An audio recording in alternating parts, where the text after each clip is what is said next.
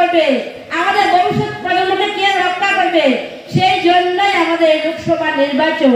এই লোকসভা নির্বাচনে আমাদের পূর্ব ত্রিপুরার আসনে যিনি মনোনীত প্রার্থী হয়েছেন, বিজেপি মনোনীত প্রার্থী আমাদের কীর্তি সিং দেববর্মা মহোদয়কে, ওনাকে আমরা বিপুল ভোটে পদ্মফুল চিহ্নে ভোট দিয়ে জয়যুক্ত করব।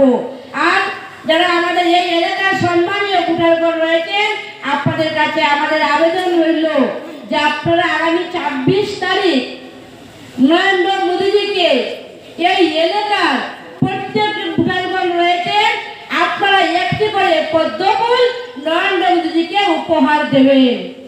ত্রিপুরা আসনের যে লোকসভা নির্বাচন সংগঠিত হবে, এই লোকসভা নির্বাচনকে সামনে রেখে আমাদের ভারতীয় জনতা পার্টির এবং তীব্রামথা এবং আইপিএফটি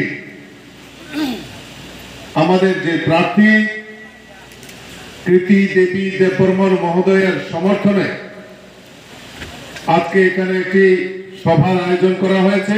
রাজ্যে সারা ভারতবর্ষে লোকসভা বা পার্লামেন্টারি ইলেকশন, সেই ইলেকশনে আমাদের পূর্ব ত্রিপুরায় ২৬ তারিখ এবং পশ্চিম ত্রিপুরায় ১৯ তারিখ ভোট অনুষ্ঠিত হচ্ছে।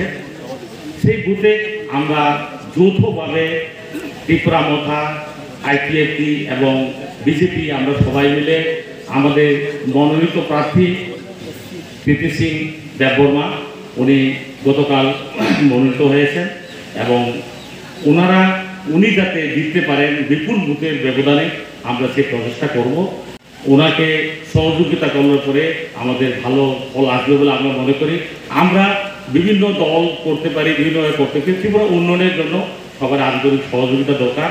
আমরা সবাই যাতে ওনাকে ভোট দিয়ে বিপুলভাবে আমরা জড়িত করব। আমরা নিজেদের মধ্যে কোনো বিভেদ রাখবো না, দুষ্কৃতি থাকতে পারে, আমরা সবাই মিলে এই প্রচেষ্টা আমাদের বলবৎ থাকলে ভালো হবে।